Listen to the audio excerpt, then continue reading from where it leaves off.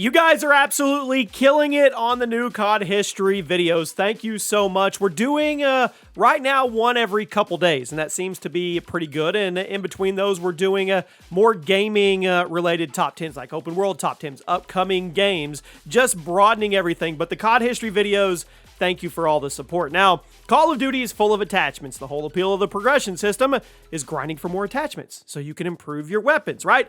Well, not all the attachments are created equal in COD history, and today we're going to go back and we're going to look at some attachments that you forgot about. They just disappeared into the cloud. You didn't even remember they existed. Now, keep in mind, not all of these are bad, but they were certainly underused for one reason or another, be it because they were overshadowed by other attachments, or they just weren't worth the spot in your class. So let me know which of these you actually remember. Drop a like, and let's start off with the Echo Fire in Black Ops 4.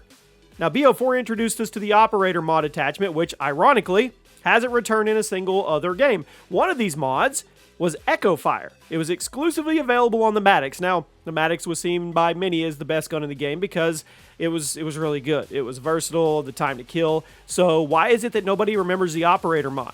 Because it made the gun objectively worse, and absolutely nobody thought twice about it after the game came out. The Echo Fire would turn the Maddox into a 2-round burst instead of its normal insane full auto self. So why would anybody ever do that? It was one of the most unmemorable attachments ever, and that's kind of iconic when you consider it was an Operator mod, and it was supposed to be awesome.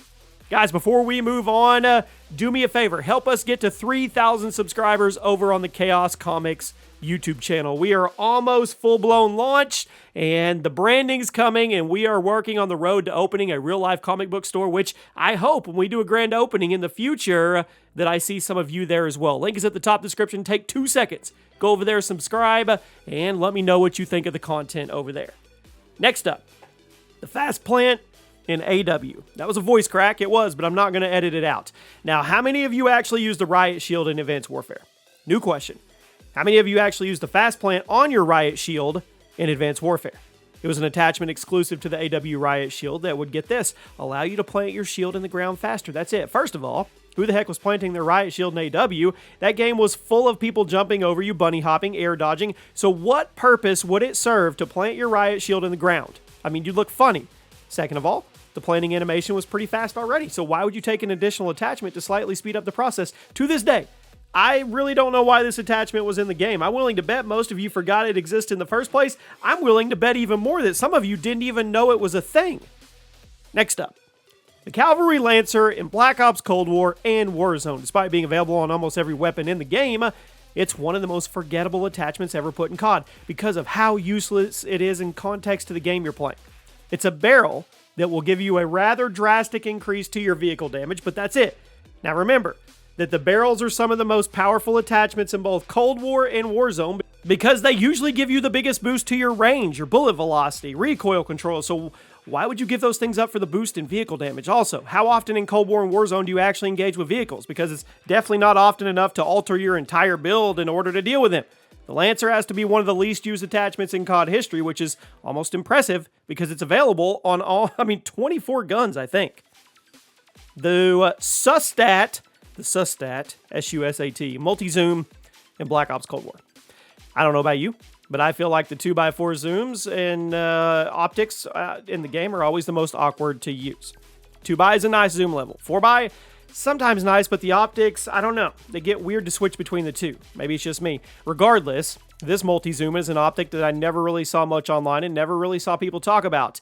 It's available on almost every gun in the game. Despite having a pretty unique name, I can count on one hand how many times I've ever heard about it. Maybe the optic category in the gunsmith is a little overpopulated, but the Sustat has to be one of the most forgettable sights in recent memory. Bipod in World at War. Let's go all the way back. Now, World at War was a bare-bones COD game, and that was part of the appeal. The game was super gritty, it was dark, and that is what enhanced the game. I mean, the lack of attachment options was actually a plus. Yes, everybody knows about the bayonets, the drum magazines, but did anybody actually ever use the bipod? Do you remember it was in the game? It was available on the machine guns in World at War. It would give you the ability to mount your weapon on solid surfaces for better accuracy, but nobody used it. Nobody wanted to be sitting still in a game like World at War, so an attachment that did exactly that was kind of antithesis of what the game was all about. Most people forgot that the mounting was even in World at War, and I don't blame you. Absolutely nobody used the bipod. It was forgotten. The Muzzle Break in Modern Warfare 2019 and Warzone. Now, when you're building your gun, you usually want recoil control, but what about recoil stabilization? Seems like everybody forgot about that stat over the last couple years, and that's the biggest reason why this attachment is on this list. It's a muzzle attachment available on almost every full auto weapon in Modern Warfare, and in case you still didn't know somehow, recoil control refers to the up and down kick, while recoil stabilization refers to the side-to-side kick, which most COD players will agree is much harder to control. Now, the Muzzle Break will give you a slight ADS speed penalty in return for greatly reduced side-to-side recoil, making almost every gun in the game much easier to control. However, given the fact that it's in the same category as the monolithic suppressor, never got used. Honestly, I think you should go play around with it a little more, give it a try. Vertical recoil is much easier to control than horizontal, so why not kit your gun for horizontal kick reduction and then just pull your stick down a bit to control the vertical recoil? I don't know. Maybe this one's underrated. Go give it a try. The Burst Rush in Black Ops 4. Really cool name. Now, remember what I said about operator mods and how they're supposed to be awesome? Well, here's the Burst Rush, another OM that did the opposite of what you'd expect. This was available on the Tiger Shark LMG, awesome name again, and it would turn it from a full auto shred machine into a very awkward 6-round burst pea shooter. The Tiger Shark was a pretty solid weapon on its own, an LMG with the handling and mobility of an AR, and it gave you generous damage with no penalty. Not much penalty then. It was a great rushing weapon, but the Burst Rush attached, you couldn't play aggressively, which is crazy because that's the name of it, but you had to be precise. Nobody remembered it, nobody used it. Let's move on. The holographic sight on the AA-12 in Modern Warfare 2. Very specific, I know. You probably forgot about it. You didn't forget about the AA-12. It was a beast. Many consider it to be the best secondary in the game, but it wasn't exactly a gun for long-range engagements. The close-range damage was insane, but the pellets disappeared after about a dozen meters or so, and yet there was this option to put a holo on it. Why? I don't know. Who even aimed down the sights of the AA-12? It was, to me, a pointless attachment that many players forgot existed in the first place, and that's what gets it on the list. Now, hardly anybody runs optics on shotguns in the first place, but if you're using a close-range spam shotgun, why would you ever take an optic for mid-range engagements? What's the point? There is no point. Let's move on. Chrome-lined and Ghost. Now, Ghost sniping was pretty adored by the community, even by players who didn't like the game. There was something so silky smooth about Ghost sniping, and I have fond memories of hitting juicy shots with the USR. They were far and few between, but I did hit some. But you know what I don't have memories of? The Chrome-lined. Sniper-exclusive attachment would increase most of your damage multipliers, making one-shot kills much more forgiving and thus making sniping more consistent. Sounds awesome. But the downside was increased idle sway, increased recoil, and slow center speed. Now, on bolt-action rifles, it wasn't a big deal, but on the semi-autos, it pretty much offset any positive aspects to the weapon. Plus, the bolt-action rifles were almost always one-shot kill anyway, so what is the point in using the chrome line on them? This attachment was one of many in Ghost that was interesting in theory, but ultimately it didn't pan out. The APX5 Holo Sight in Modern Warfare 2019 and Warzone. There's so many optics available in this game, but people gravitate to the same 3 or 4.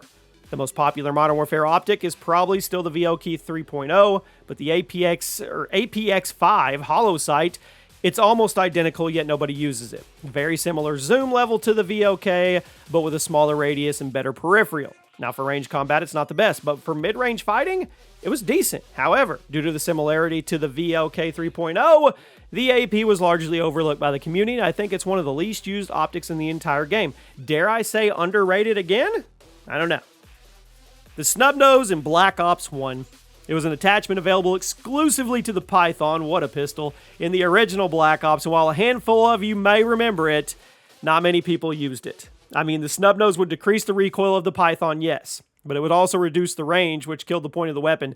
The Python had an insane 2-shot kill range, and while the Snub Nose did look cool, it also killed the point of using the gun. Besides, you could only take one attachment on your secondary in that game, and if you're using the Python, 99.9% chance you were putting the speed loader on it. So while you may remember seeing the Snub Nose back in the day, you probably forgot about it until I just reminded you. Upgraded iron sights in Black Ops 1. Now, if you didn't play BO1 back in the day, there's about a 0% chance you remember this one because it never returned after 2010. It was available on every pistol in the game. Basically just made the iron sights clear on whatever gun you threw them on. Now, it didn't make a huge difference in the grand scheme of things, and since you could only put one attachment on pistols in the game, hardly anybody used it. It wasn't bad, just wasn't worth the slot, especially since the handguns in Black Ops 1 were kind of trash aside from the Python with speed loader anyway. Now, or the CZs, those were cool. If you're actually running handguns in the game, you were probably using them in akimbo or maybe the Python once again with speed loader. Nobody was upgrading their iron sights. The ZLR Drifter A08 in Modern Warfare 2019 in Warzone. It was available for the GRAW, and it was pretty handy barrel attachment. I mean, most people pass over it because it goes against what the gun was designed for. The GRAW shines in mid to long range engagements. In fact, it completely dominated Warzone for months when it was added. However, the ZLR, well, it will greatly increase your movement speed, recoil control, and ADS speed at the cost of your damage range and your bullet velocity. Basically, it turns this range rifle into close range laser beam. Relatively low fire rate and the close range damage of the GRAW means it's not the best close quarters choice. Let's just put it that way. Seems to the Drifter wants you to stay close. I mean, it faded into obscurity. Maybe it wasn't that bad. At number 2 today, the Quadshot in Black Ops 4. One more operator mod. It was available on the GKS submachine gun, which was already kind of an unpopular choice for standard multiplayer. It was accurate, had the best range values in the SMG, but the time to kill wasn't fast because of the relatively low base damage. People just didn't really use it. Close, mid, long range, it didn't matter. Now, the Quadshot would turn the GKS into a 4-round burst, but I have to ask you once again, why? Why would I want a 4-shot burst SMG when there's so many better options? It didn't even make the GKS a better weapon. It wasn't very fun to use because of how infrequently you actually got a 1-burst kill. So to me, it wasn't worth using, and I'm pretty sure the community agrees with me because the community probably doesn't even remember this attachment exists. And now we've arrived at number 1. The most forgotten attachment in my book. The low power scope in Black Ops 1. There is approximately a 0.5% chance, I did the math on this, you actually remember this attachment. If you honestly do, give yourself a pat on the head, not the back, the head. The low power scope was an optic exclusive to the G11 assault rifle that was one of the most useless things in the game. It hurt your peripheral vision, it had idle sway. The whole point of using the G11 was so you could laser people from across the map with it, but the low power scope literally didn't allow you to do that anymore, so what was the point? Nobody used this attachment since it was exclusive to such an unpopular weapon, even though the G11 melted. I bet you guys forgot about it. There you go. Tell me one attachment that I forgot about, haha, and I'll see you soon.